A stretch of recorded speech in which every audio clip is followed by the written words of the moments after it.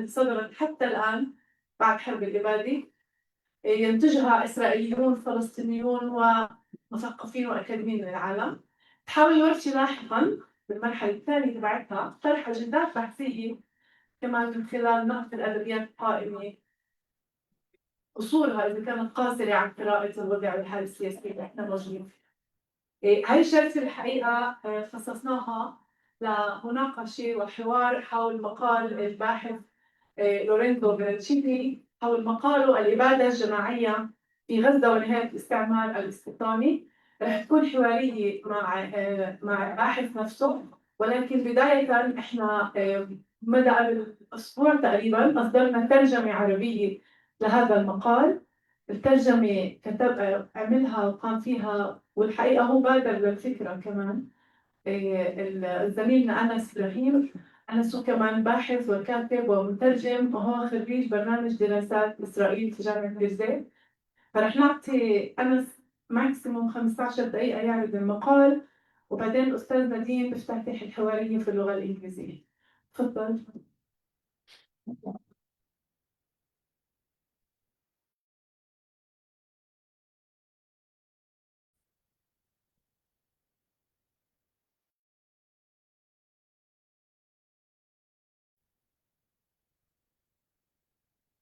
جميعا.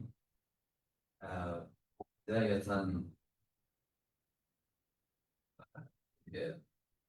بلش في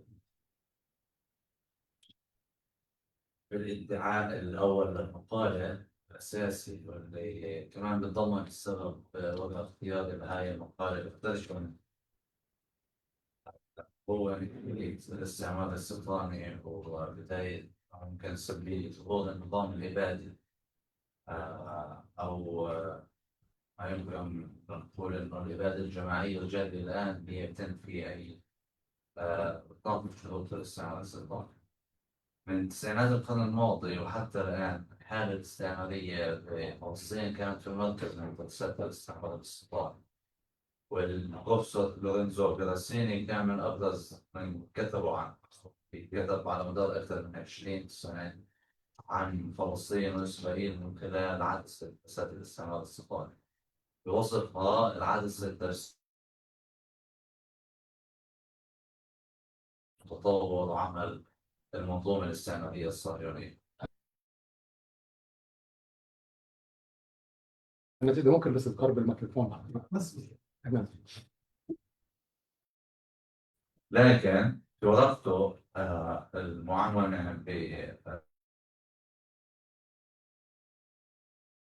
بالوظائف البحثية اللي استمرت حتى بعد عام من الإبادة أو عام أيا تكن المدة، استمرت باستخدام نفس العدسة لدراسة توصيف الإبادة الجارية في قطاع غزة، وصفها أولاً نتيجة للاستعمار الاستيطاني الصهيوني، وثانياً تمثيل بذرته أو تمثل ثروته. هون فيراتشيني أو فيراتشيني سجل ما يمكن إنه نحكي تنويه بارز بالقول إنه الإبادة الجارية اليوم أولاً تمثل تحدي لهذا الإطار التفسيري للاستعمار الاستيطاني، بخلاف عدد من الكتاب اللي صارت وجدت منهم راس سيجار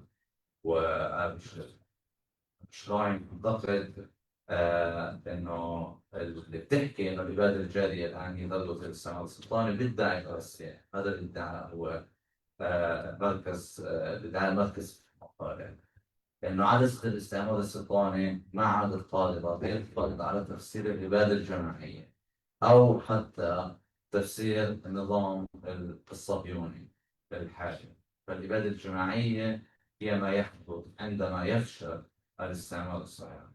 المقالة تنقسم لقسمين. القسم الأول دراسات الاستعمار الاستيطاني ومراقبة الاندماج والإلغاء، Eliminative Integration، واللي بيعني الإدماج التابع بنفس الوقت إلغاء الهوية الإسلامية الخاصة به، واللي فيها بيستعرض الكاتب تاريخ المجتمعات الاستيطانية وتوظيف مفهوم الاستعمار الاستيطاني في دراسة الحالة الفلسطينية. القسم الثاني واللي على الأغلب بسبب الوقت راح أعمل له سكيب، اللي هو نهاية الاستعمار الاستيطاني، اللي بيستدل عليه مش عامل سكيب الشيء الأساسي، إنما للاستدلالات اللي بيستخدمها فلسطين لدعم ادعائه، واللي هي التحول الديموغرافي اللي بيتلخص في زيادة أعداد الهجرة للخارج، وفشل إسرائيل خلال السنوات الأخيرة، مش بس ثلاث سنوات الإبادة، في جذب موجات هجرة جديدة، موجات يعني موجات الهجرة الروسية اللي صارت بالتسعينات، أو إضافة للتحول البنيوي الشامل من المؤسسة الاستعمارية الشاملة الانكلوسيف للمؤسسة الاستعمارية الإقصائية الاكسكلوسيف داخل النظام الصهيوني، واللي مش هون الشمولية والإقصائية ما بتتعلق بالفلسطيني، بتتعلق باليهودي أو الإسرائيلي نفسه.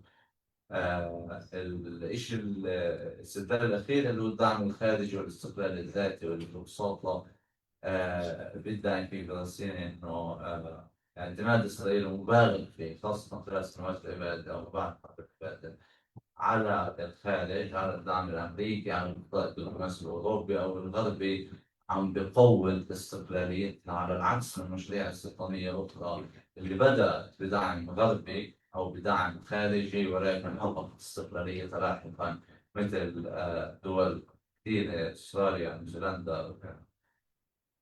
في القسم الأول بستعرض فيراتشيني يستضيف ظهور الاستعمار الاستيطاني كمقولة تفسيرية عالميا لفهم تاريخ المجتمعات الاستيطانية. احنا بنحكي عن فترة اللي فيها ممكن من بداية القرن العشرين لحد الستينات، اللي فيها كانت أنظمة استعمارية عم بتشكل. أولا هي بدأت بمجزرة أو بإبادة جماعية، ولكن اختارت في لحظة معينة الانفصال أو وضع حد لحالة القتل العشوائي، لحالة الإبادة الجماعية المباشرة، للموت الجماعي ماس ديث. وضعت حد هذه الحالة، وبدأت حالة أخرى اللي هي حالة أنظمة الحكم الذاتي، اللي بتبدو من الخارج هادئة، برلمانات استيطانية بشرع قوانين وبنى قانونية وسياسية وثقافية، اللي بتطمر تحتها أصوات الأصلانيين، مع سرديات قومية بتحكي تاريخ الرواد، المستوطنين، المسالمين، الفورس اوف جولاي، ثانكس جيفينج، غير من السرديات. هون بالستينات ظهرت رسالة الاستعمار الاستيطاني تعيد الواجهة تجاهل الشعوب الأصلانية اللي ما كانت عم تستسلم بعد، وتسلط الضوء على الفيلد اللي بوظفة الاستعمار الاستيطاني، واللي هو الشعوب الأصلانية المطموعة والمخفية تحت أطنان هاي البنى القانونية. فلسطين أيضا نفس الحالة. آه، الأمر نفسه بينطبق على فلسطين، وأنا فلسطيني بيرجع للحظة اللي فيها فايز الصاير كان أول من كتب عن الحالة الفلسطينية ضمن إطار الاستعمار الصهيوني، وشبهها بنبض القلب، ضغط اليهود للداخل وضغط اليهود الفلسطينيين للخارج، واللي بيحكي إنه هذا يعني أكثر وصف بلاغة للاستعمار الاستيطاني. لكن هاي المقولة ظهرت بالستينات أو السبعينات، بس بعدين إسرائيل ظهرت وكأنها عم تتبع هذا النموذج، كنا بنحكي عنه قبل، اللي هو نموذج الإدماج الإلغائي، واللي هو استمر لحد أوسلو، وفشل أوسلو لاحقا. هون رجع رسالة الاستعمار الاستيطاني تظهر من جديد لدراسة الحالة الفلسطينية. هلا قبل ما نكمل في نقطة مهمة تتعلق بالمقال. المقال جاي بس تحديدا ليناقش مفهوم دراسات الاستعمار الاستيطاني، وإذا بيصلح أو لا لتوصيف الحالة الفلسطينية مقابل الإبادة الجماعية. بالتالي هو مش تاريخ أو محاولة لتقديم إجابات، هو بيفتح باب واسع للأسئلة أكثر من إنه بيقدم إجابات. عودة للمقال. فشل المشروع الاستعماري الاستيطاني الصهيوني بفلسطين من بعد أوسلو، واللي هي أوسلو تحديدا ممكن نقول إنها شكلت زي كان حاجز مزدوج. من ناحية أسقط على الفلسطيني عدو في الخارج وراء الجدار، وراء البنية القانونية الذاتية، وبنفس الوقت منحت الفلسطيني القدرة على إعادة تشكيل نفسه كجماعة. هون بيقول فيراتشيني إنه التزامه بعدسة دراسات الاستعمار الاستيطاني مش مطلق. وهون كان أهمية الوقائع فيراتشيني إضافة لبات الولف، إضافة لبعض الأسماء البارزة من مؤسسين حقا. ولما بيجي هيك شخصية يحكي إنه هذا المصطلح ما ملائم لوصف هاي الحالة، بدل على إذا مش دهشة حالة ذهول عند الأكاديمية الغربية من اللي عم بيصير، من اللي عم بيصير بفلسطين، وعجز حتى ممكن نقول عن تفسيره. فالالتزام فلسطيني بهاي الحادثة مشروط بفاعليتها كيف بيحكي، لأنه الكيانات الاستيطانية الناجحة تحتفظ دائما بإمكانية الإنكار المعقول عند الحديث عن الإبادة الجماعية. بس وكمان ممكن تنخرط بسياسات اعتراف أو مصالحة وطنية أو غيرها. لكن إسرائيل تحديدا استمرت أو ابتعدت عن هذا النموذج بداية من التسعينات وصولا لل 2023 لأكتوبر 2023. وأنا برأيي هون إنه موجات القتل العشوائية ما بلشت ب 7 أكتوبر، هي بلشت بالانتفاضة الثانية وبحروب غزة المتكررة وغيرها. من هون بيجي القسم الثاني للمقال اللي هو ونهاية الاستعمار الاستيطاني، واللي بشوف فلسطين انه الإبادة الجارية اليوم بتبدد اي امكانية لمتابعة مشروع الاستعمار الاستيطاني،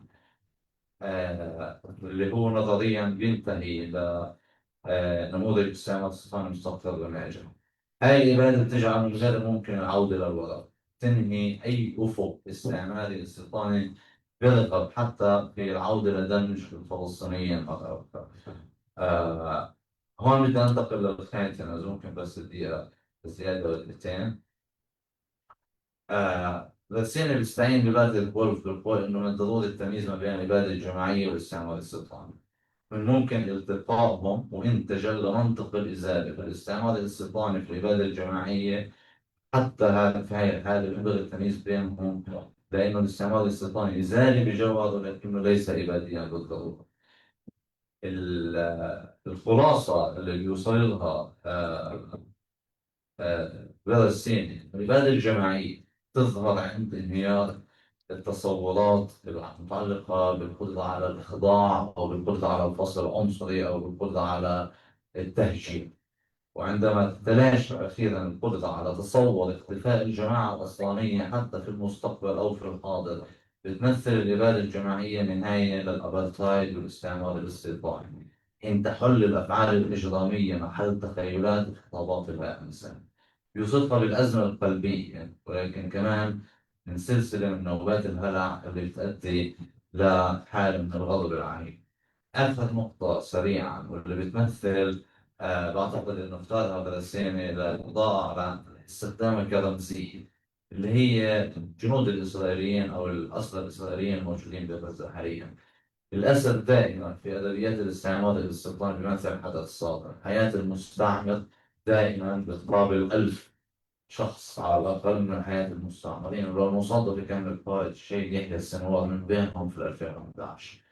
لكن هاي الحكومة الإسرائيلية حاليا قررت إنه ما في قيمة لا لحياة المستوطنين ولا المستعمرين ولا لحياة أي حد.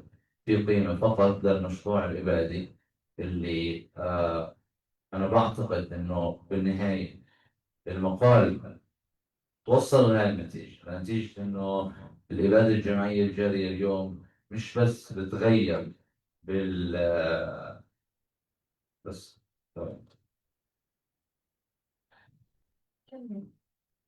مش بس بتغير بغزة، مش بس عم بتفتكر الإبادة الجماعية بغزة، هي بتغير في المجتمع الصهيوني نفسه. الأصوات اليسارية اللي كنا نحكي عنها قبل شوي، أي صوت معارض في إسرائيل هي عملية جارية راح تستمر لوقت طويل، لحين إخضاع مش بس الفلسطينيين، إخضاع أي شخصية يهودية رافضة لهذا المبدأ ورافضة لهذا المنطق.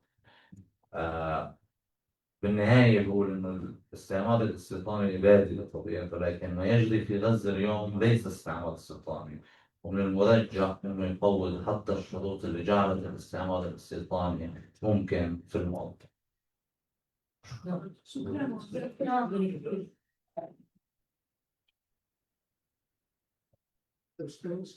شكرا. انا اللي كان شويه الصوت حسوا واطي على الزوم او على الفيسبوك، معلش كان بدخل القاعه، فالاستاذ نديم بعطيه يتولى اداره الحواريه وبدي اعمل يكون اوضح الصوت بالجلسه حاليا. تفضل استاذ نديم.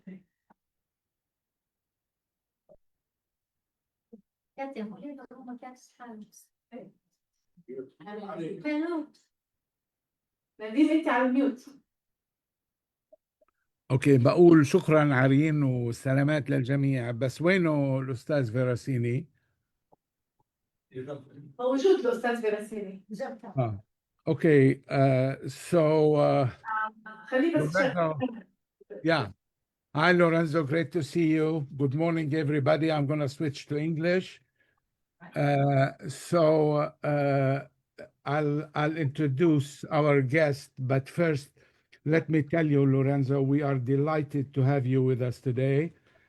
Actually, Anas Ibrahim, who translated your paper, presented a decent, a very good summary of your paper. And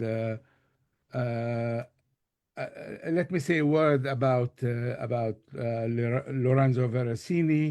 He teaches history and politics at the Swinburne University of Technology in Melbourne. His research focuses on the comparative history of colonial systems. He has authored Israel and Settler Society with Pluto and many other books on settler colonialism. He is one of the founding people of this field of studies. He is the co-editor of the Routledge Handbook of the History of Settler Colonialism from 2016 with Routledge, and it's one of the major sources for the field. He manages the Settler Colonial Studies blog, and he's the founding editor of Settler Colonial Studies. I think first time I corresponded with Lorenzo was when he was an editor. I submitted a paper to the journal, was co-written paper, and we did have this correspondence. And later I met him in Doha he contributed a piece to a special issue of Umran on settler colonialism, and he came to Doha and gave a fantastic talk. Mamdani was there too.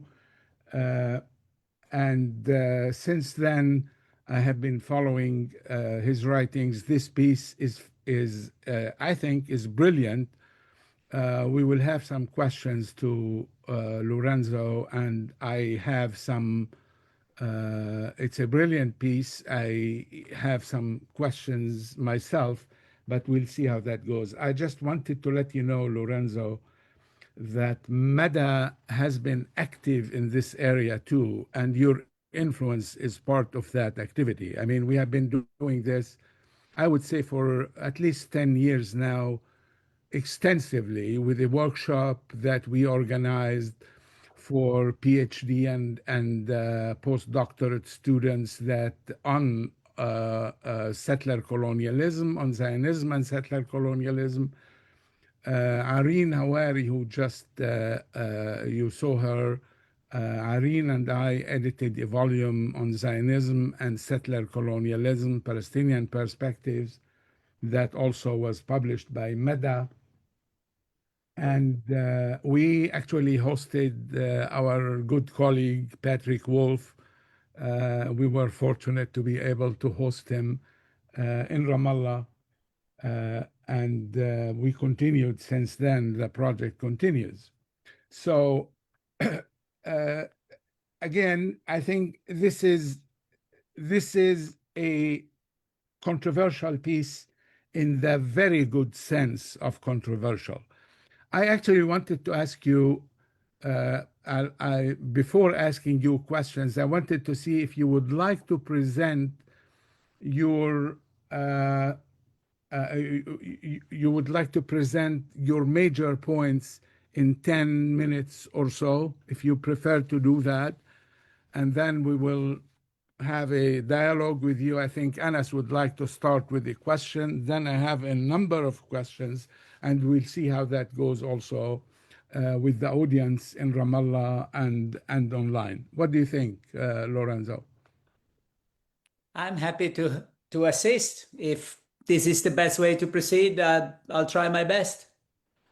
Were you, I mean, I mean, we are ready to go without your presentation. And Right. if you think I will follow your advice. And okay.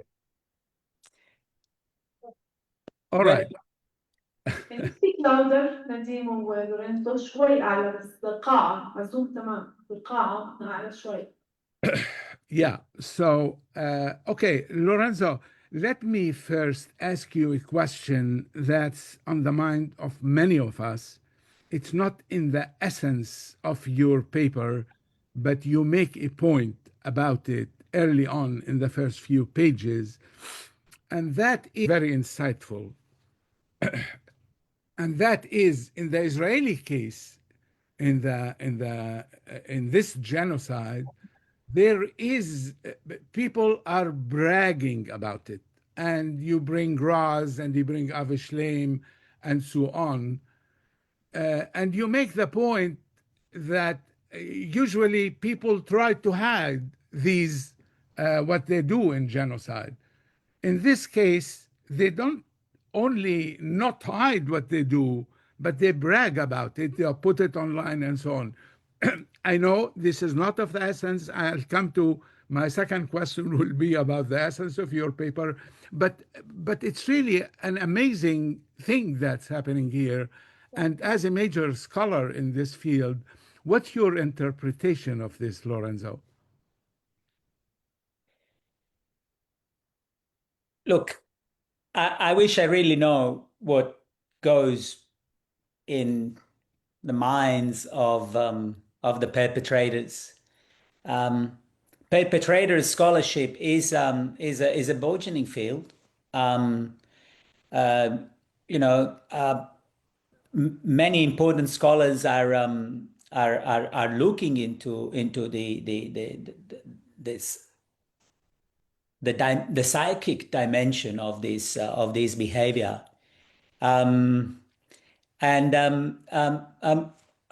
am an historian of colonialism. I have spent my life looking at colonies, and I want to register that this is unique. That terrible atrocities have been committed throughout the history of colonialism. A variety of justifications have been offered, but very, very rarely atrocities have been reclaimed and exposed for all to see. I wish I knew, but my suspicion is that there is a collapse in the way the colonizer behaves and thinks, and this suggestion has been made by others as well, who have observed the evolution of public discourse in Israel, especially in Hebrew.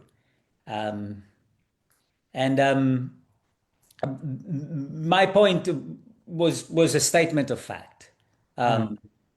It wasn't. It didn't have any explicatory implications. Right. So, in relation to your answer, the answer in relation to your question, the answer is, I wish I knew, Right. but I suspect the worst. Right. No, I mean, I made a point of starting with this because you made this observation and you compared it to all other cases that you know. And when you started your answer now, Lorenzo, I noticed that you used the word psychic.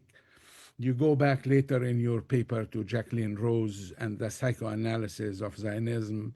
And I mean, maybe, I mean, I've been talking about this to a number of colleagues. Maybe the answer to this question lies in that space, but it's an important, very important observation. I want to ask you a question. Here's how I want to proceed with this. I'll start with my first question, and then I'll go to Anas Ibrahim, who translated your paper. Anas is he does great translations. He's a researcher. He has masters in Israeli studies from Birzeit. And he, as I said, he presented the essence of your paper very well. So my first question, Lorenzo, goes to the thrust of your paper. You say that settler colonialism as a framework doesn't apply. And you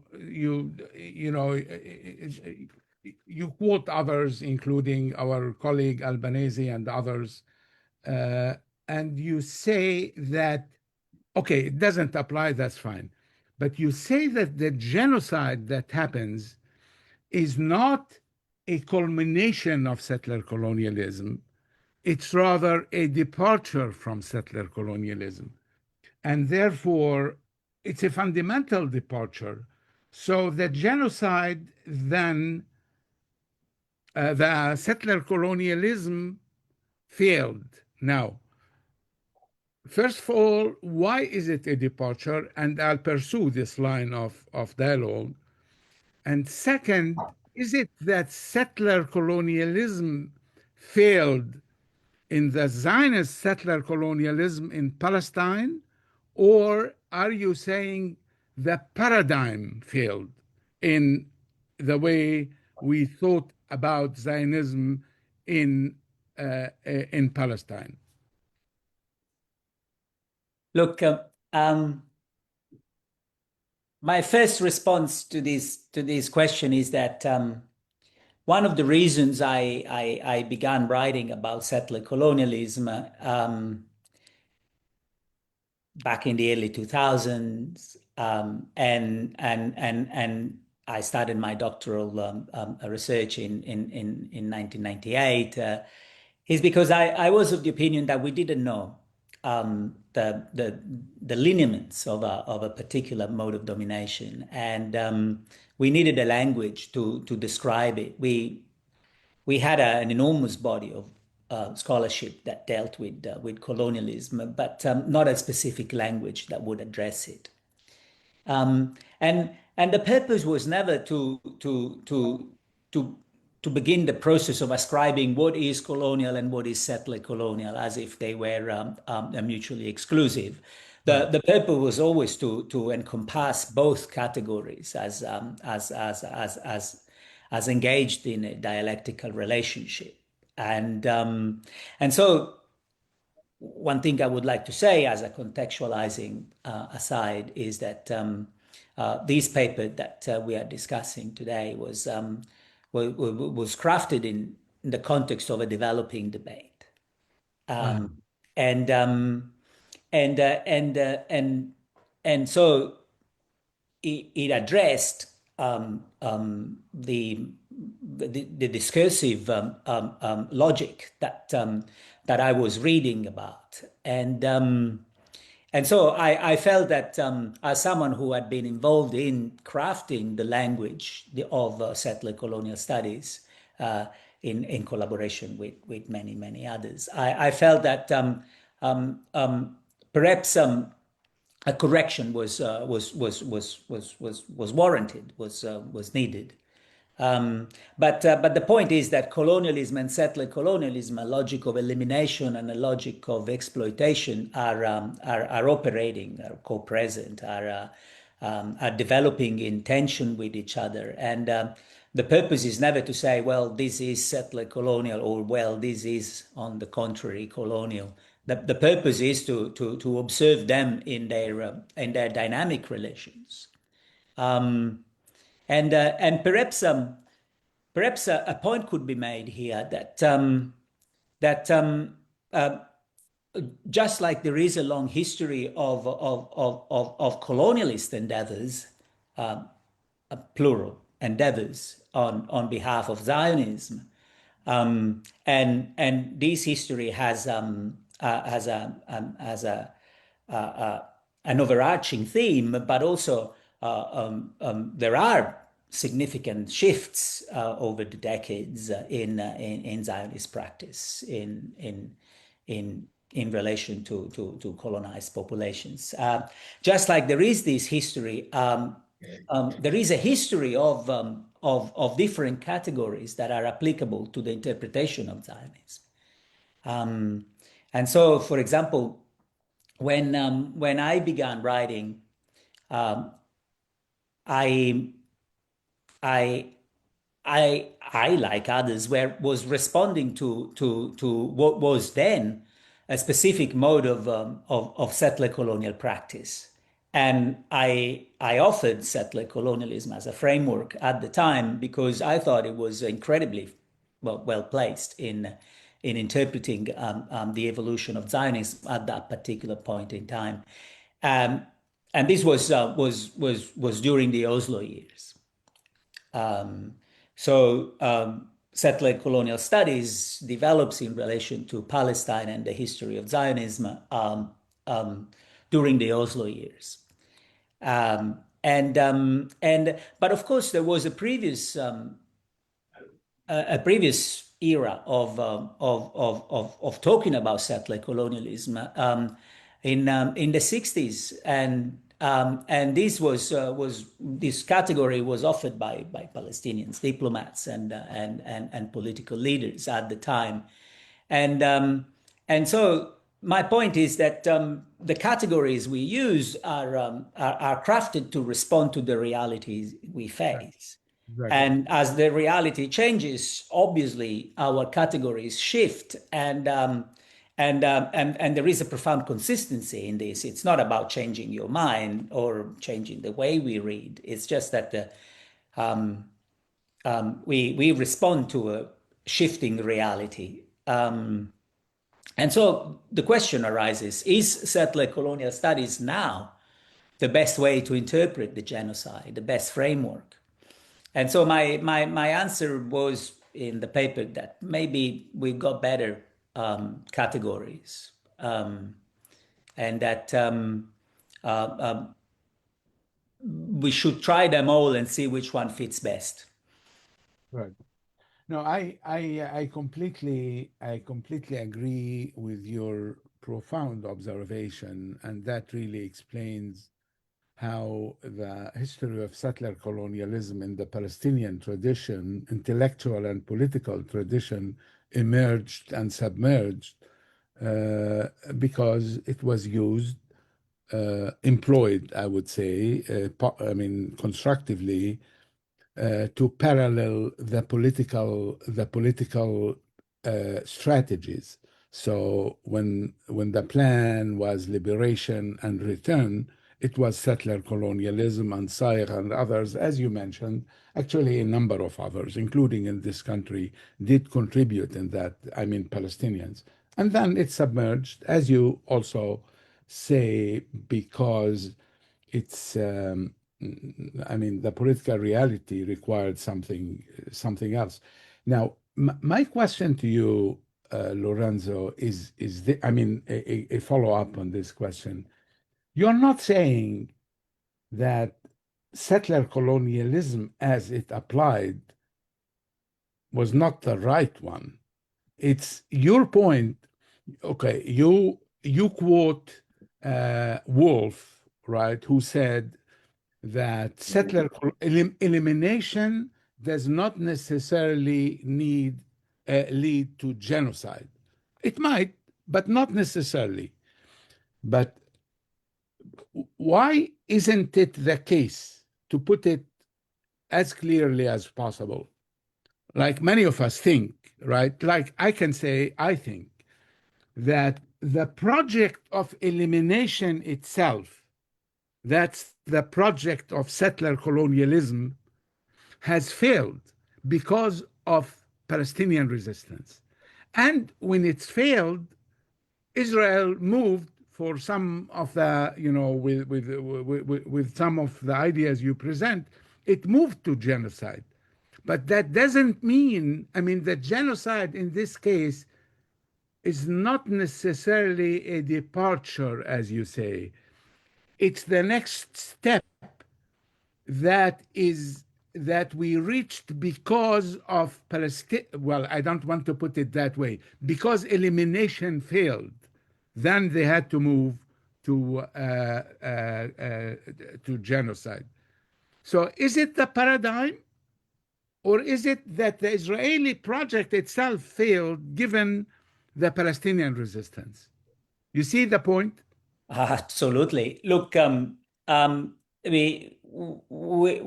are obviously observing the same phenomena in their dynamic evolution, even though we are doing so from different standpoints.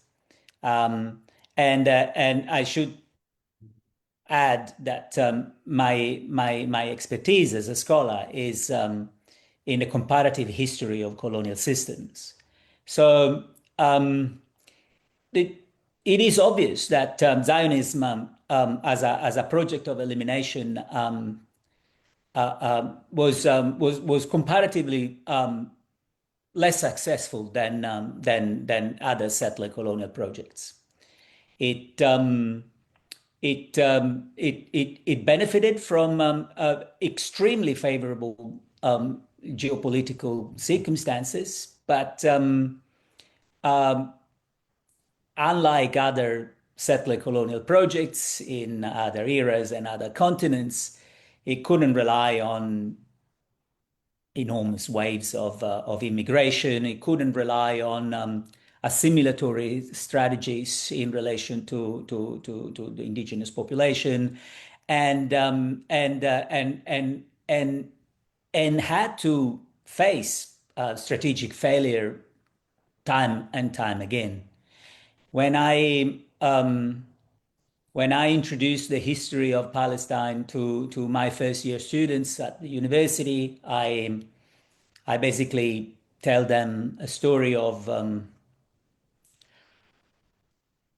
an attempt to stabilize a colonial regime ruling over the populations of the West Bank and Gaza in the 70s and in the 80s, and how this colonial regime eventually could not be stabilized, and Palestinian resistance forced a paradigm shift in the behavior of Zionist planners in the planning, and how that colonial phase was then succeeded by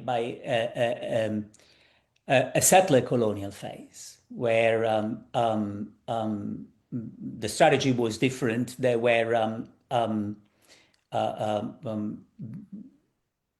were shifts in the overarching narrative of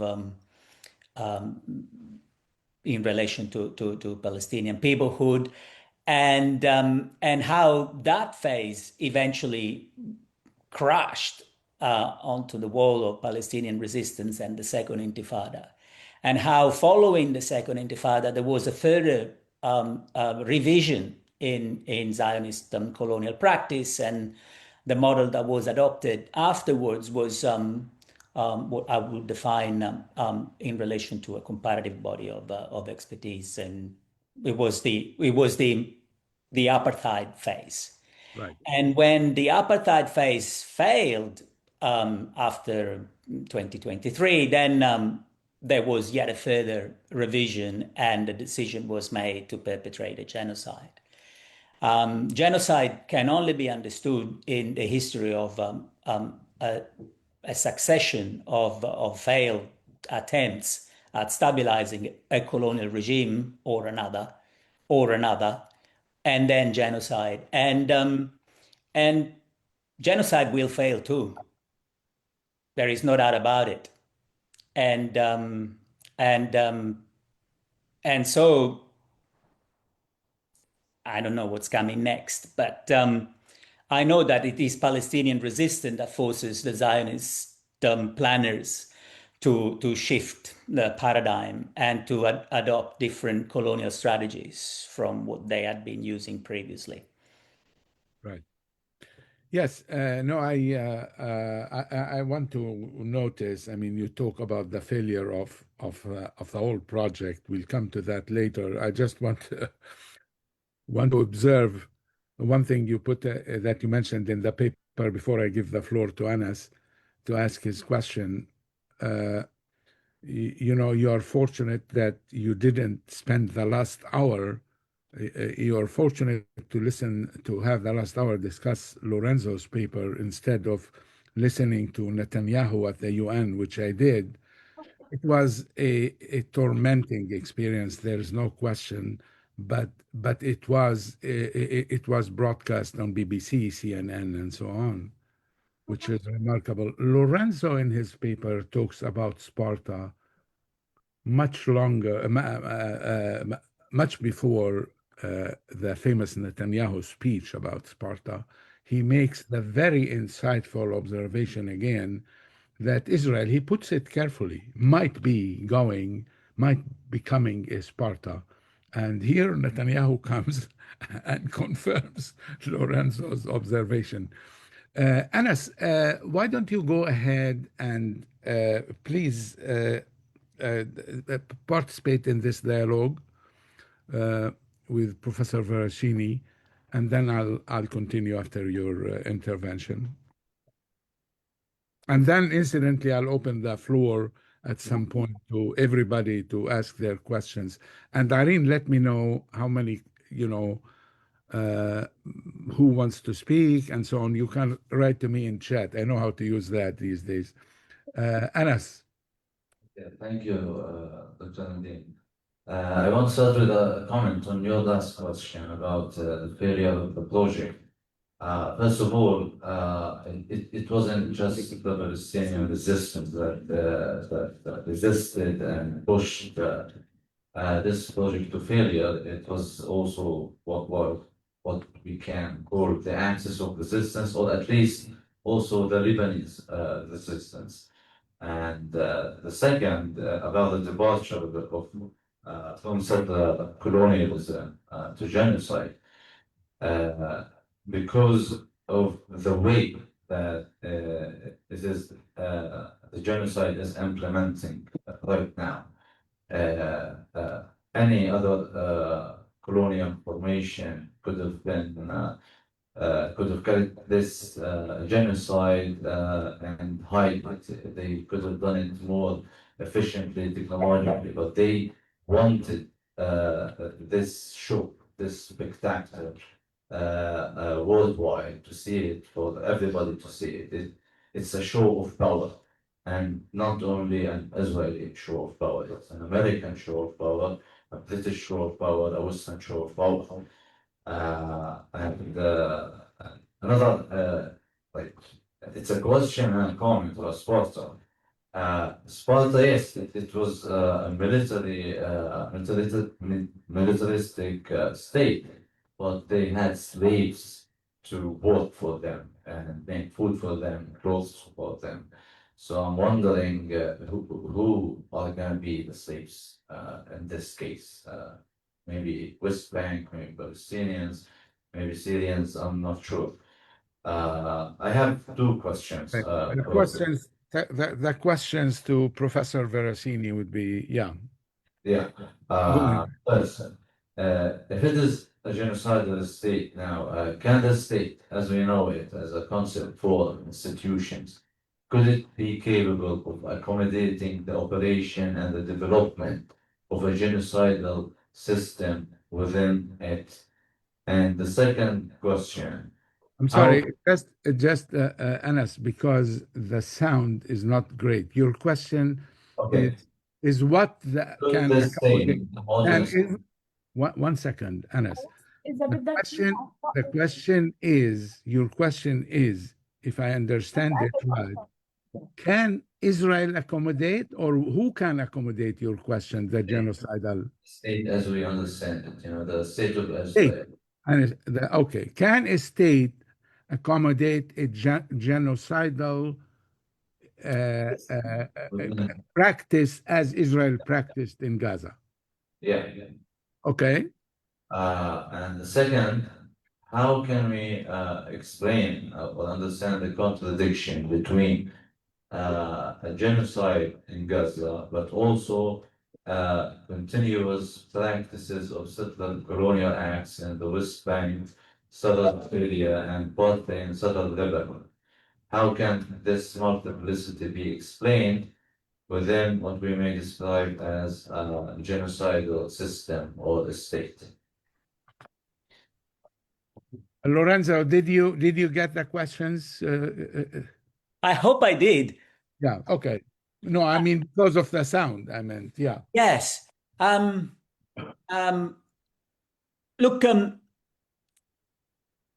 the question of resistance. I want to say that in the study of colonialism, scholars have discussed what constitutes resistance, and I have to report back that despite decades of intense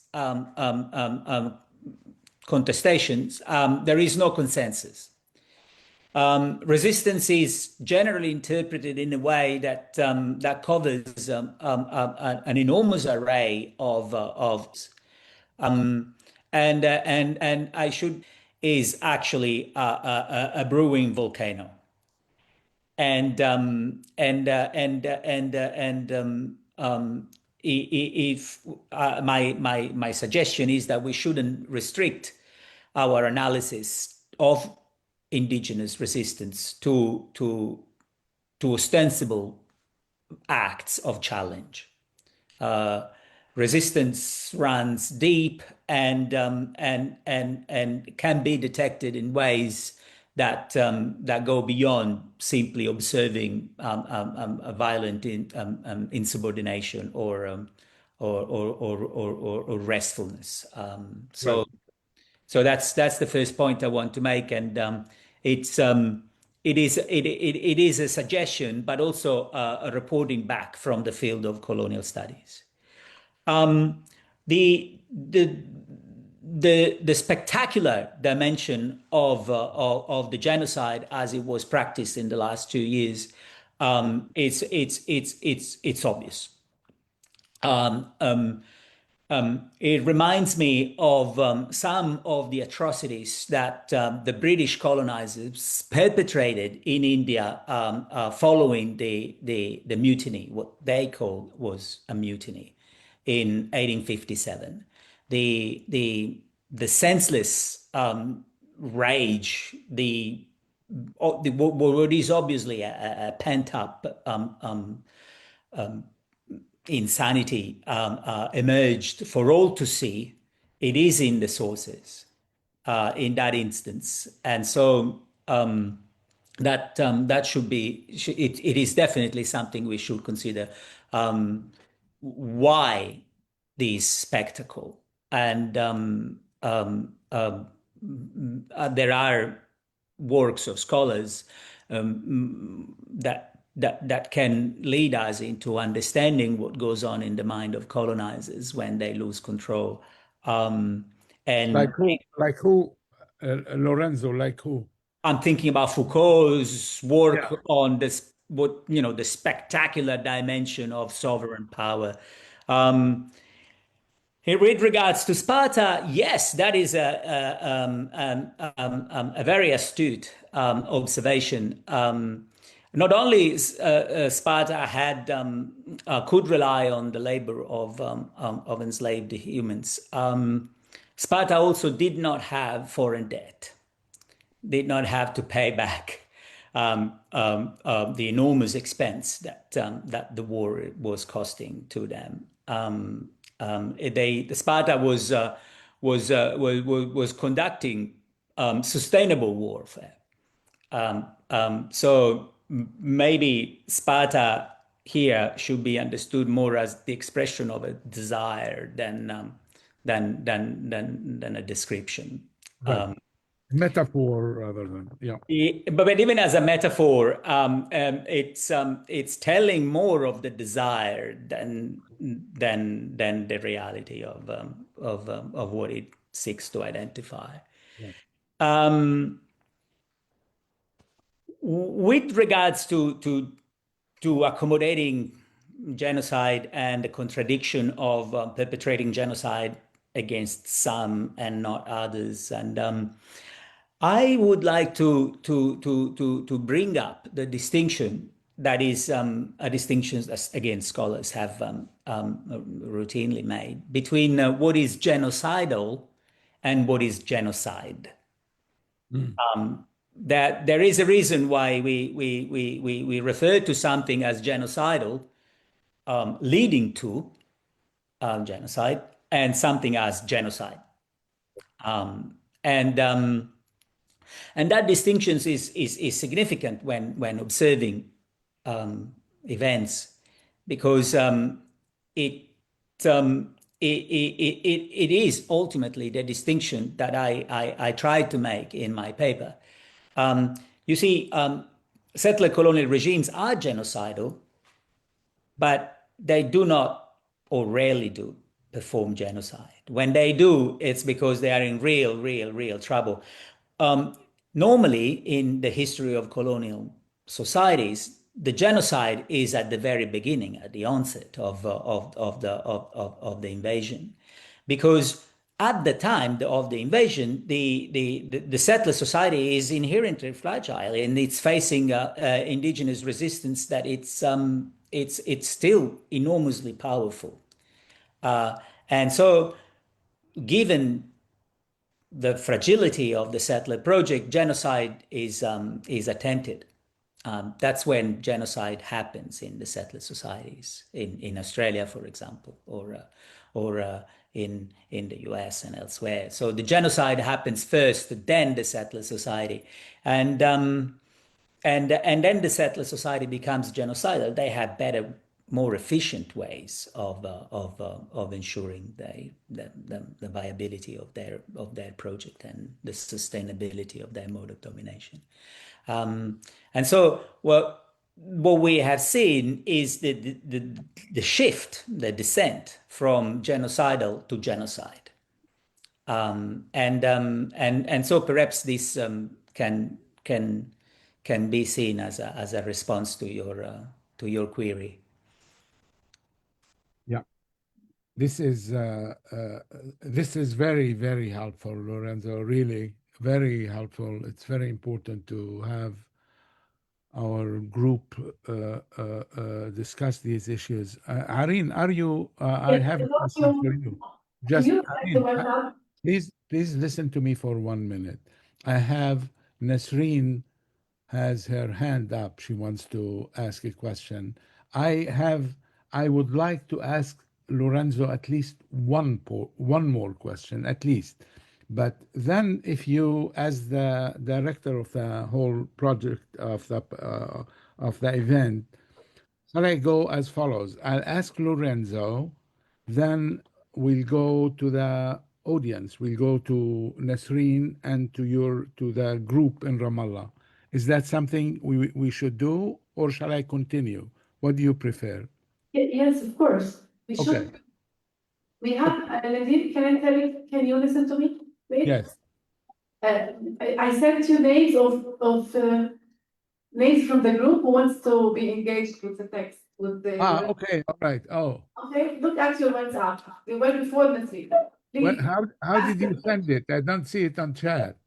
Yeah, you said that send me a chat. Yeah, anyway, it's fine. I don't see it on chat. It's my okay. So Lorenzo, one more. I mean, your last comment is really goes to the heart of the second issue. I mean, the next issue I want to talk to you about. You see, one of the issues you make in this departure from settler colonialism to genocide is that in settler colonialism, we go through a process in settler colonial societies. We go to a point where indigenous scholars called the politics of recognition that they reject basically, or mutual recognition, right? And you write about that in your paper, that Israel tried that. Actually, it tried that with the Palestinians in Israel in a way, you know, and after Oslo and so on. But you are saying Israel gave up on that and went to genocide, and that's a sign of the departure from the settler colonial paradigm to the genocide paradigm. My question to you is, I mean, you answered that partly. Sorry, I'm being lengthy. Is that genocide, but doesn't the politics of recognition come later in the process, not early in the process, as you just mentioned? I mean, they can talk about the settler society, can talk about politics of recognition and mutual recognition and so on after the genocide and after they pacified to a large extent and after they tried to assimilate and so on. But here, the genocide doesn't happen yet. Shouldn't we, I mean, can't we think that at a later stage, Israel might try that, given what's happening on the international arena of recognition of two states and two-state solution and all of that? Look, the first thing I want to say is that I am an historian. I do not deal in the futures of. I really don't know what's going to happen. But I should say that recognition and the politics of recognition in settler societies are designed for the settler public, and they perform a significant function in the operation of a settler project. They are incredibly powerful in ensuring settler hegemony and domination of the indigenous constituencies. Right. They are corrosive of indigenous sovereignties. They are corrosive of indigenous autonomous political life. And there is a reason why many indigenous communities refuse the politics of recognition. And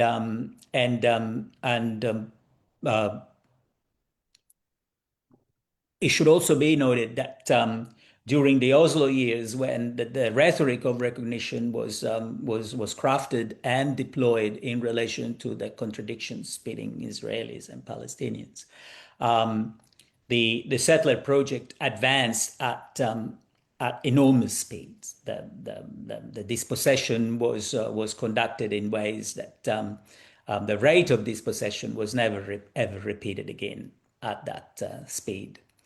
And it is interesting why Zionist planning decided to shift away from what was obviously working very well for the Zionist project, and I think one of the reasons was the Second Intifada that forced the hand of Zionist planning. But yes, the politics of recognition are most conducive to settler domination when indigenous resistance has been pacified. And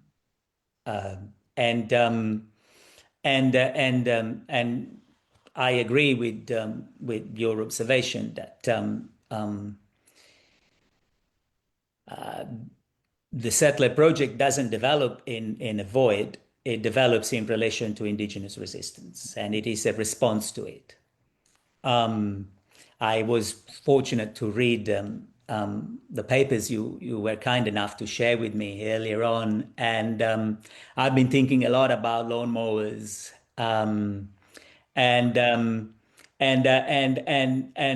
you know, Zionism was once about the light unto the nations. Now it's a lawnmower, but you should know that the lawnmower is defined by the grass.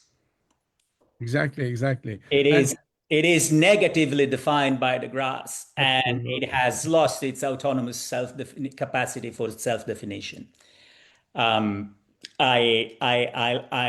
This academic lives rurally, and I deal with lawn mowing. And I have very little respect for my lawn mowers. And I know that someone that thinks of themselves as a lawn mower has lost a lot of self-confidence. Yes, Lorenzo, I also noticed, thank you. Incidentally, Lorenzo is referring when I communicated with him about this event. I sent him a copy of a recent piece I published in Journal of Genocide Research about Israel's self-concept, strategy, actually, security strategy of lawn mowing, قص الحشيش أو العشب before October, before the genocide. And I noticed that you used the term in your, I mean, before I sent you, I mean, you referred to that term. So I was happy to see that you referred to that concept, and what you are saying is really profound.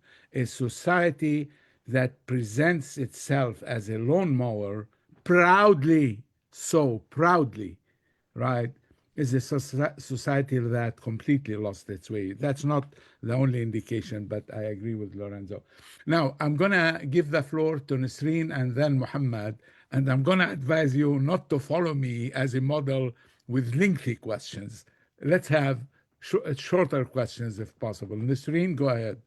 Yes, I will make it short.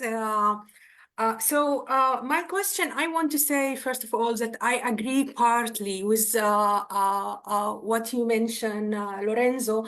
I don't think that what we are seeing, I don't think that what we are seeing, I don't think that the paradigm of the colonial of the settler colonialism does not explain what we are seeing on the ground. It does explain much of it, but it's not enough to understand all what is happening. So I don't think that that what is happening is a cut with what was before it. Like what is happening now, the genocide in Gaza, it's not a cut and something different. He says departure, yeah. Yeah, but it's something that continue what was happening in the past. So I agree with you partly, and I was wondering, like you mentioned, also you suggest on your article that we need better categories to understand what's happening. We need additional categories, I will say. So, but you didn't give examples, like for what? Genocidal by itself cannot, it's hard for me to accept that people can make a genocide just for making the genocide by itself. Genocide cannot explain itself. So which categories you think that can be can explain in addition, in my opinion, in addition to the paradigm of settler colonialism, and not instead of. Okay. But which categories you thought about? Thank you, Nasreen.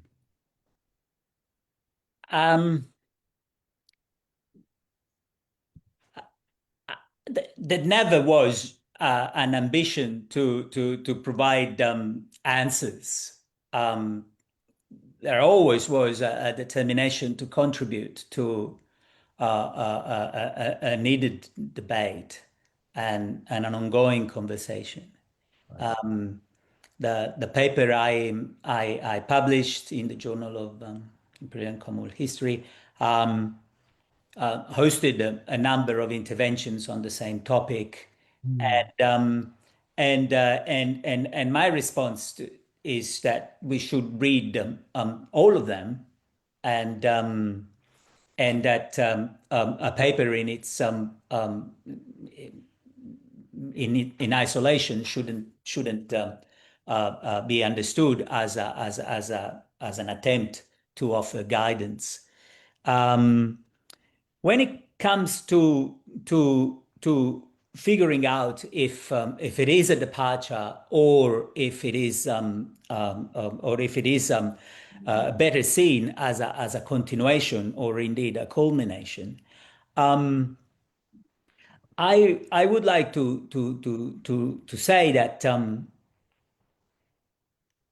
settlers, in my experience, in my dealings with the sources, in my dealings with their writings, in my dealings with the way settlers craft and think about the things they do when they do the things they do, right? They have a desire that is unbending, and that desire is to become indigenous, to end up having a relationship to the land that is equally and ontologically shaped as that of their indigenous counterparts. What they want is the land, but also what they want is the relationship to the land that they see others have and they do not. And that's a terrifying proposition because it's a self-defeating purpose. You cannot celebrate getting to the land at a particular point in time and at the same time craving having been there all along, right? So settlers are psychologically unbalanced. They live a circumstance that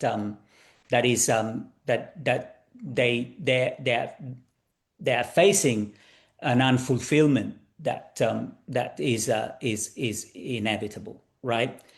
And so once we see that their desire is unchanging, we should also consider that the strategies they deploy to fulfill this desire are incredibly varied. They change through times, and they are continuously debated within the settler public. There are different parties proposing different avenues to fulfill that desire. So the settlers have always desired indigenous Palestinians to disappear. On this one, you are perfectly right. There is a continuity that is unmistakable and undeniable. But we also should agree that Zionist planning and posture has changed through times, right? At one point they were saying one thing, and at a point they were saying another. At one point, those who were saying one thing were in charge and the others were in the opposition, and then they swapped places. So we also have to consider the history of settler strategy, as well as the consistency of settler desires. And so genocide is clearly an extrinsication of a desire for the other to disappear. It's obvious. But we should also seek to understand what prompted the shift in posture and strategy. And so my paper was an attempt to frame what is new in this in this story, and it gave for granted what is unchanging. It took for granted what is unchanging. Yeah. Can I interfere? Yes, but just to tell you the flow, will after your interference, is your question related to this, Hareen? Yeah, it's not a question, it's a procedural issue. Yeah, please go ahead. Yeah, we have 4 participants of the group in Ramallah who wants to comment or ask questions. So I suggest, if it's okay with you, that you take these questions, or Lorenzo takes the questions and answer once for all. I sent you the names on WhatsApp and on the chat of the Zoom. Yeah, absolutely, absolutely. Let's do that. But let's have Muhammad Qa'dan. Actually, he was after all of them. Huh? Actually, he raised his hand after all of them. So Okay. So Muhammad, you raised your hand after all of them. I'm sorry about that. No worries. So let's have the معلش question. مني محمد. معلش. Let's have the 4 questions from the group in Ramallah, and would be good if the sound would be clear, and then maybe 3 at a time, maybe 3 questions first, and then we would have another question with Muhammad Qa'dan. Okay, تمام. Thank you. دكتور غادة نبوح بالتوفيق. Hello everyone. مرحبا جميعا. Thank you for the invite. Thank you for the invite, Professor Nadim, Areen, Muhammad, and Professor Siani. Yeah, Muhammad. you hear me? Let him go. Let him go. Let him. Yeah, Areen suggested that we have the questions from Ramallah first, but Areen. I thought she said that I raised my hand before. Okay, so sorry. It's all because of me. Okay. Let's take it easy. 3 questions from Ramallah. We'll come back to Qa'dan in Texas. Please go ahead, Areen. Okay.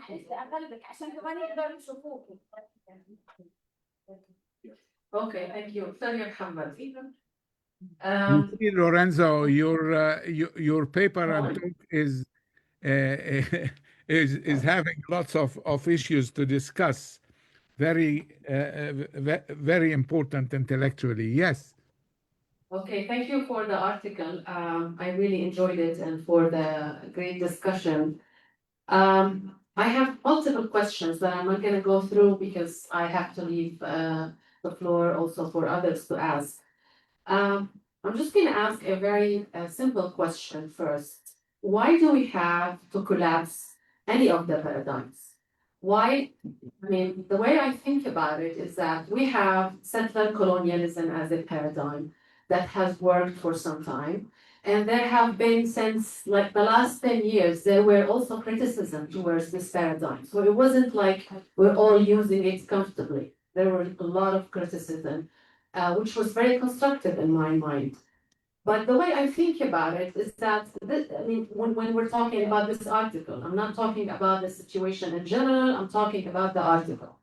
The way I understand it is that this article was written to understand why do we end up with genocide in the context of settler colonialism.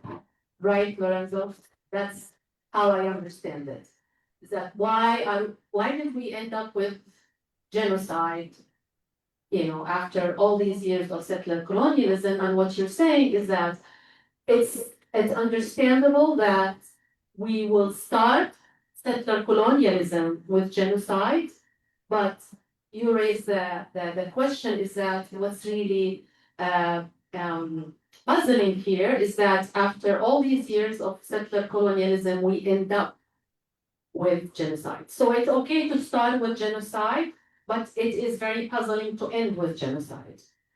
So the way I understand this article is that you're asking about genocide. Why do we end up with genocide? So the dependent variable is genocide. How do we understand genocide? The independent variable is settler colonialism or something else. So we can understand genocide through the elimination or the erasure, which you're saying that elimination was not as violent. That's why you're surprised, because it shouldn't be as explicit. It's an implicit process. When it became very explicit, it became puzzling. That's how I read the article. All right. So in this sense, we still can have settler colonialism as a paradigm to understand genocide. It's just one major variable, while there are other variables to understand genocide. Okay. So we don't need to demolish anything. That's the first. I have many points, but I'm just going to be very brief. The second point is the point that Anas talked about, which is we don't have to think about paradigms. We can think about mechanisms on the ground. So we don't have to stick to one paradigm or another. It's mechanisms and strategies on the ground that is working now or not working. So in the West Bank, you might see erasure, you might see elimination, you might see other ways, democratic transition.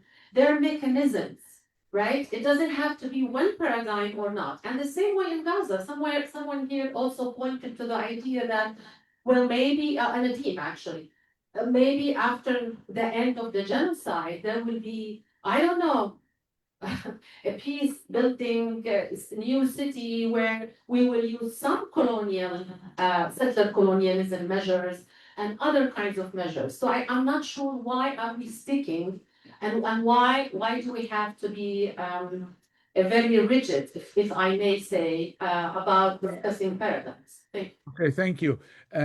Just please, before you give the microphone to somebody else, can you tell us your name and let's introduce ourselves by all means. I'm sorry. غادة المذبوح.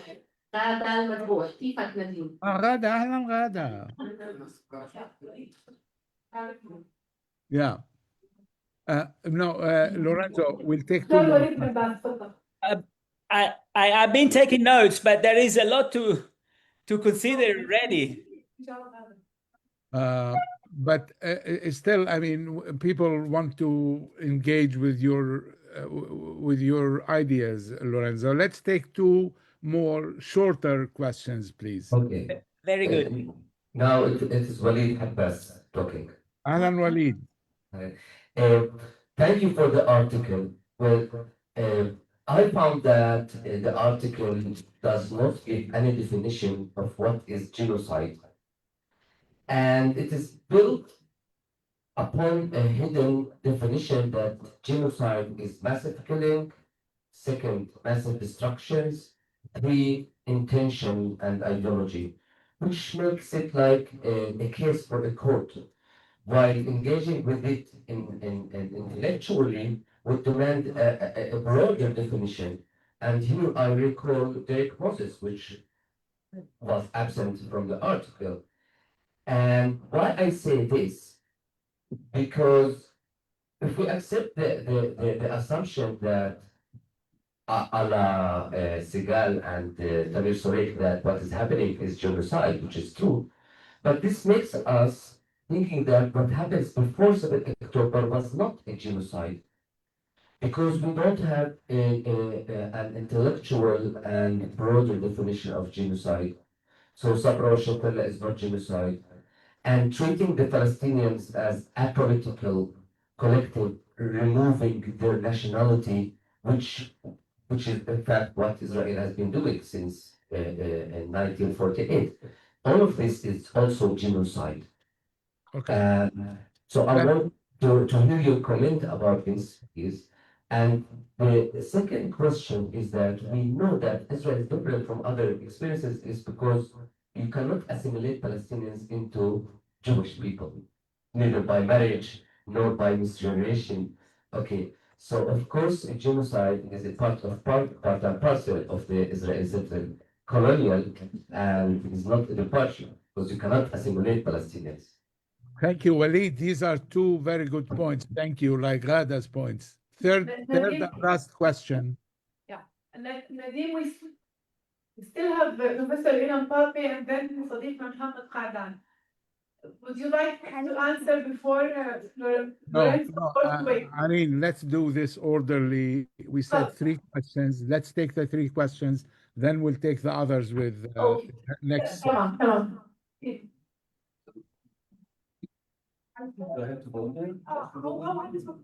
Alison, okay. Hi Lorenzo, it's Ilan Pape. Nice seeing you, and nice to see you, Nadim, too. Just two very short comments, because like many others here, I have so many ideas and questions, but I will limit myself. At first, I was surprised that you said that, you know, as a historian, we don't talk about the future. Yeah. This is an article about the future. This is not an article about the past. You're talking about an unfolding phenomenon And by trying to analyze it, of course, and I say it as a positive thing, not as a negative thing. I'm very glad actually that you are not writing it as an historian. I think you're writing it as someone who has been busy so much in informing us and enriching us about the settler colonial paradigm that we have to think about it not just as academics, but also in relations to the victims of the genocide in Gaza. Otherwise, what's the point of these intellectual interactions? Secondly, I have a feeling that one of the issues that comes out from the challenge that this genocide poses to the paradigm is that we used, at least I used to think, I don't want to imply for others, that of course different historical circumstances create different forms of settler colonialism, different geographical locations. But I think here's something else is true as well. It's not just different historical periods. It's also the relationship, I would call it cultural hierarchy, maybe even cultural relativism, that differs from one period to the others. And I'll explain what I mean by that. This is a genocide that is taking place geographically in the global south, but not culturally. This is a genocide by a Western country. Yeah. And this is a genocide, the last genocide by a Western country within the West was the Nazi genocide. And that's where the problem I see lies for many people, that what really is here is not just an escalation of the elimination policy of Israel. It is that we're getting nearer to an analysis that would not be enough to compare it to genocides of other settler colonial cases. This is far more a 21st phenomenon. And as a 21st phenomenon, maybe, and this is my suggestion, maybe we should look not just at history, but also at neuropsychology and the reason for such a behavior, such a human behavior, such a level of inhumanity cannot just be explained by the circumstances, by the history, but there's something there that maybe we as historians need some help from people who are also analyzing the human mind. Yeah. Even those people who are watching animals to understand human life.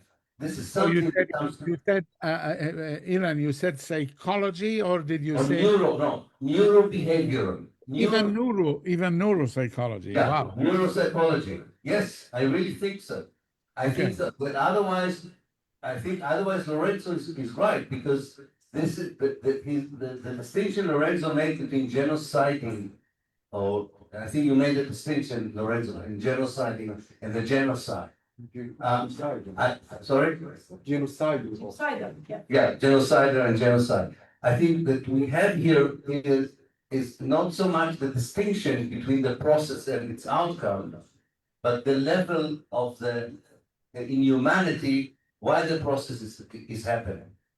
And this is something that maybe goes, with this I will finish, Nadim, that goes to your first question. When you said, are you familiar in examples in history where eliminators, genociders, broadcasted so proudly? How did you put it, Nadim? Bragged about? They brag. They are proud. Brag. Yeah. Well, I'll tell you who bragged about the genocide. The Nazis. They bragged about the genocide. And therefore, I think we all, I as a Jew, as a mental block, I'm surprised the Palestinians have a mental block about this. This is where we are. This is where we are. We are in this terrain, this area of inquiry, which in fact, the history of settler colonialism is a bit too soft to explain a 21st century industrial genocide of a people, when the examples are not in the history of colonialism and settler colonialism, but in European history, and a very recent European history that has other relevant connection to Palestine, Israel, the Jews in Zionist? Thank you. Thank you, Ilan. We have three rich questions.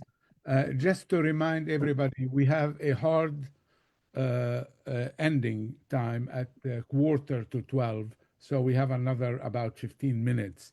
So let's see how Lorenzo wants to answer this, and then we'll take another set of questions.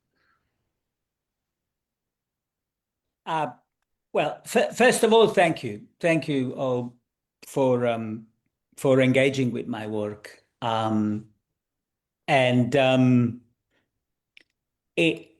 a way, your contribution and the way you were able to respond to it gives it a meaning that it previously did not have. So, the critique of the settler colonial studies paradigm, it was inevitable.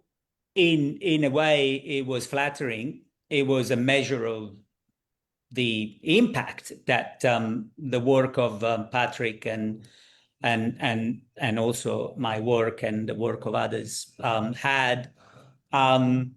When this critique touched on substantive issues of scholarship, I was especially flattered. When it identified a straw man and attacked it, I felt less interested in responding. But I should also say that there is a global geography, a differentiated global geography of uptake by indigenous people and engagement with the paradigm. And unsurprisingly, indigenous collectives that have found it useful have embraced it and used it and made it theirs, and collectives who didn't particularly need it have said that it was a pile of rubbish. Understandable. When it comes to the way I approach the debate and what I add to it, I should say this: I do not say that the genocide is understandable and that I have an answer as to how to understand it. I do not say that it is positive that we have it because of resistance. I do not say that it is. I definitely did not say that it is okay to start with genocide. It's not okay. It's not okay to have it now. It's not okay to having had it. The methodological query is actually extremely valid. Why do we need analysis when we could just observe reality? We could just observe the mechanisms and report on them. And why do we have to contrast and compare different colonial experiences? And my response is that it depends. Maybe doing valuable work or just be wasting time. And I hope I didn't waste anybody's time. Our time is precious. But I should also say that observing mechanisms enables a level of abstraction that can foster international solidarity and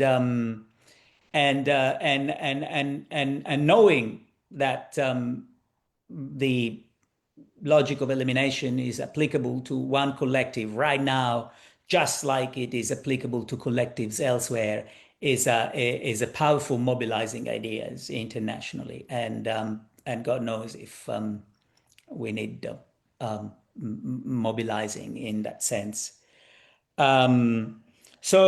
So my response is that we should do both. We should definitely observe the mechanisms on the ground. We should compile extensively on them, and we should also think laterally on the findings and on the data. We can do this. We got smart people. We are intelligent. We can walk and chew. We can deal with empirical reality and document, and we can also do analysis if needed and if suited.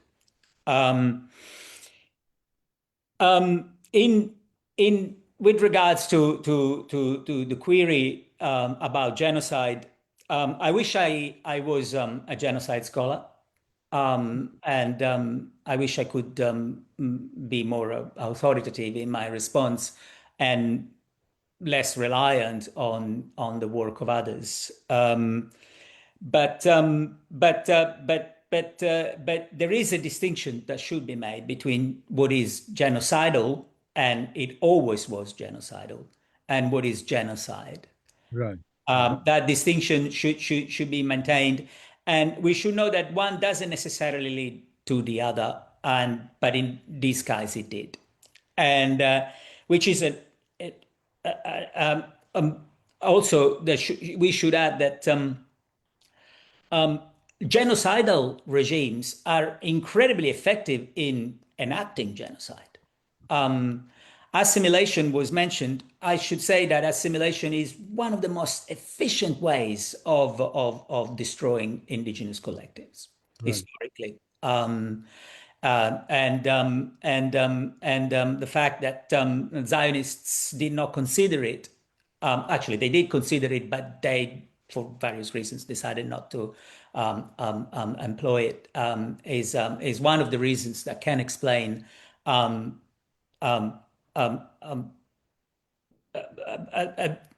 comparatively speaking significant dismal performance, despite being able to mobilize enormous force. Assimilation is way more efficient, way more effective. And then about the future, I think about the future all the time. I want to shape the future. I am determined to contribute to make a better one, and my work has got the future all over it. My point was that I don't know it. Yeah. I don't know what's going to happen, and I wish I did, but the future is usually very surprising, and I know that what is now, it's not gonna be. We're gonna change it. And the point about neuropsychology, yes, we need expert advice. What I hear is uttered by people that need help. They are not nice people. I wouldn't want anyone I love to be near them. I think that at the end of the day, they have to be with themselves all the time, and there is something really sick going on there, and we will get to the bottom of it. There are important psychologists exploring what's going on, and I rely on their work, and it makes sense to me. One thing I want to say as a perhaps as a way of offering something is that smug colonizers are usually the ones that win. Raging colonizers are usually the ones that are frustrated, and they're on the way out. So you are basically ending with with the future related, and you said that in your piece, actually, Lorenzo. I mean, you don't want to talk about the future, but you said this is failing project, and the future is. I mean, it was more than a hint that the future of the project it doesn't look good. I'm just let's collectively do an exercise. I know you don't want to do it; it's not that nice. But if you channel the inner Zionists, you know, of the 1950s, if they were looking at things right now, they would be shaking their heads and say, "Shame, shame, shame." Yeah. Okay, so thank you very, very much, and also for the 3 questions. We'll take another set. We'll take Qadan, who has been waiting patiently, and then do we have 2 more questions, Irene, from your? I think one question in the room here, but Muhammad Qadan sent me his question and actually sent it to you because he had to enter his class. So I will say it briefly, and then Ghada ask, and then Lorenzo answer, and you finalize us, okay? في حدا بيسأل كمان؟ مش غادة, sorry, فين غادة? Yeah, okay, so Muhammad Qadan, he wanted to hear from you comparison between settler colonialism in the United States of America and in Israel, and he asked you why genocide, you see that genocidal acts or genocide in the Zionist settler colonialism is the end of settler colonialism, while genocide in the United States was not the end. This is the question, and Ghada Salman will ask Dr. Ghada Salman, تفضلي. Thank you. And we have, in addition to Ghada, another question, right? Hanin withdraw. No, this is a different. I know. Okay. Let's hear Ghada. Let's hear Ghada and Hanin wanted to ask question, but Ghada already asked her question, so she said she doesn't need to ask. Okay, So we Ghada, have please. only Ghada now. Ghada Salman. Thank you, Mr. Lorenzo. Yes, I'm not talking about paradigm, I'm not talking about genocide. My question is historical question. Yes, in 1917, it was declared the Bethel Declaration, and a homeland for the Jewish was established. At that stage, it was the high stage of imperialism, and as a result of that, a Jewish state's homeland was established. Yes, in the meantime, and according to your study to the colonial system and its development, where do you put the situation now within the development of the colonial system? Why what? Why? Okay. Say that again. Why? Yes, within this situation and settler colonialism, as it is so much related to the colonial system of the Europe, of the European colonial system. Yes, where do you put this situation of Jewish settler colonialism within the development of the colonial system since 1917 until now? Okay. Okay, thank you. Thank you. Lorenzo, you have these 2 issues.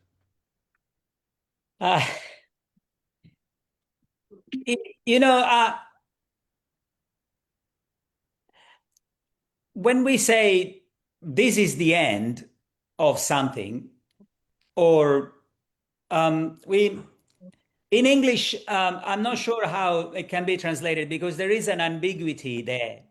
I was trying to be smart and deploy that ambiguity productively, right? So something that is at its end, it's something that is being discontinued. But I have my ends. I have my aims. I have my intentions, right?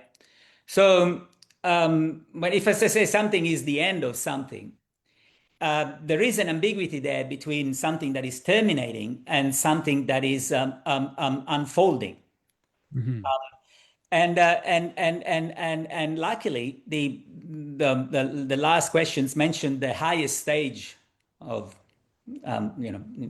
imperialism as the highest stage, and translators had troubles, saying that what exactly was the highest stage? Was it its end, or was it just the latest instantiation of something? So I am very good company. But when I say something is the end, I am not saying that, there is an expiry date and we know what it is, and we also know what's coming following. But what I aim to mobilize rhetorically was the notion that the end and the means had to be considered in their dialectical relations. Also, what happens, the history of the United States and the dispossession of indigenous collectives there, and the distinction with the the history of Palestine. The comparative analysis of settler colonialism never aimed to say, never was part of its ends, that the histories are the same. It always was predicated on a comparative analysis of the aim of a settler project. I'm thinking of the genocides happening in the United States. I'm thinking about the Pequot War, and then thinking about the war in Minnesota, and always the genocide was one result of settlers realizing that either they did it or else they had to leave. In the United States, that was the case.